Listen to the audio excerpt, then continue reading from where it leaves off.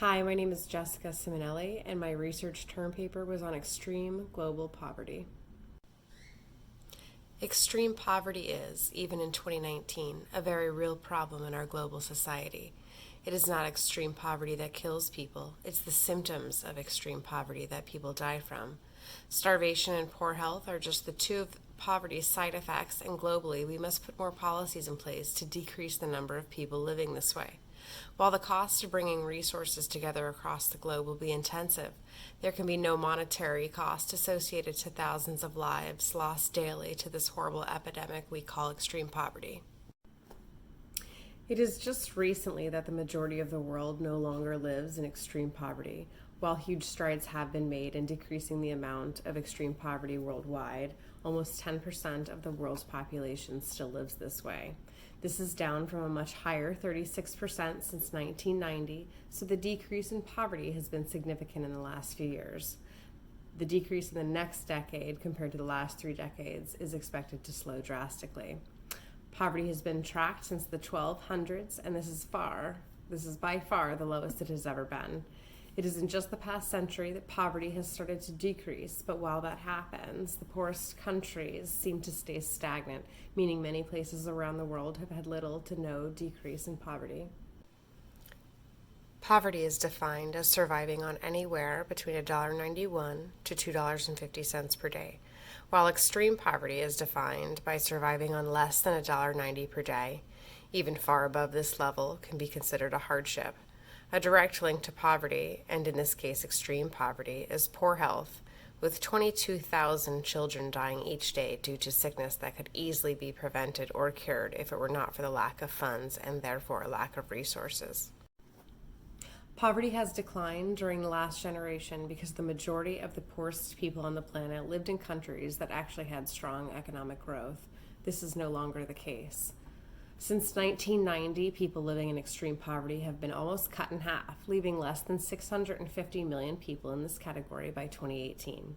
Over half of these people live in the sub-Saharan Africa and South Asia in extremely rural areas, having no access to food or health care.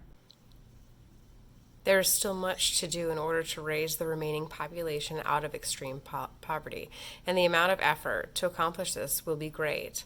With over half of extreme population being difficult to reach due to demographic location, it will be much more burdensome to relieve the final populace living in extreme poverty, as it is much easier to bring aid in all forms when a population is more condensed into a manageable area that can easily be reached.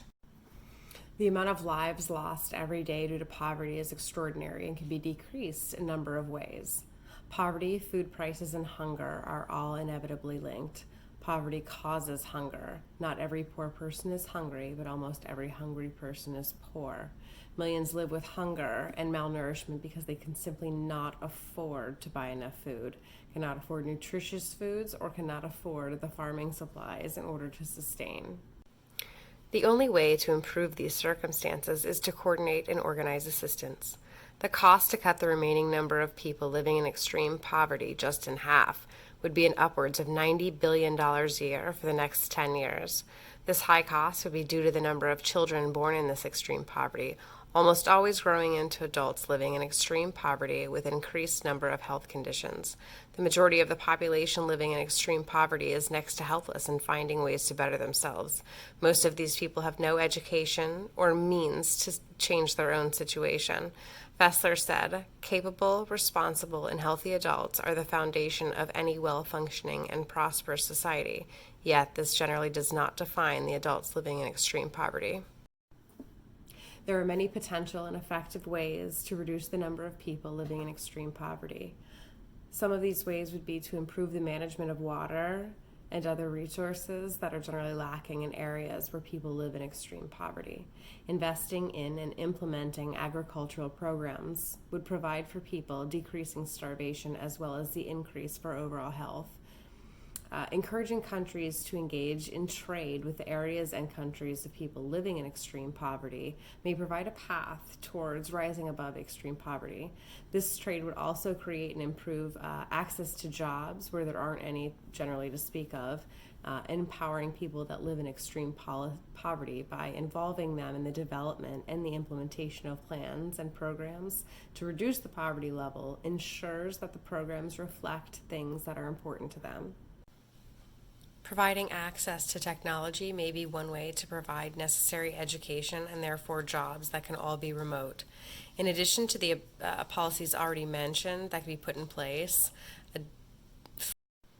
providing access to technology may be one way to provide necessary education and therefore jobs that can all be remote. In addition to the policies mentioned, additional policies need to be put in place in order to assist this population until they are able to provide for themselves. Education and healthcare are the two main factors lacking in the areas of extreme poverty. Being able to provide these two basic social services would be most important in helping this population survive. Too many people, especially children, die every day due to starvation and health problems where there is no assistance available. Additional basic social services that are greatly needed would include food, shelter, and clean water. These basic things would improve sanitation greatly and overall health of these people. Social protection should also be considered when looking at policies to assist the population living in extreme poverty. Social protection is providing protection for people who cannot protect themselves. My recommendation would be to integrate these policies and strategies and engage stronger international cooperation to support these policies, providing ways to assist with areas of extreme poverty until these populations are able to begin to help themselves is the key to decreasing the overall level of extreme poverty. Keeping the same population healthy and safe in the meantime is of the utmost importance. Thank you.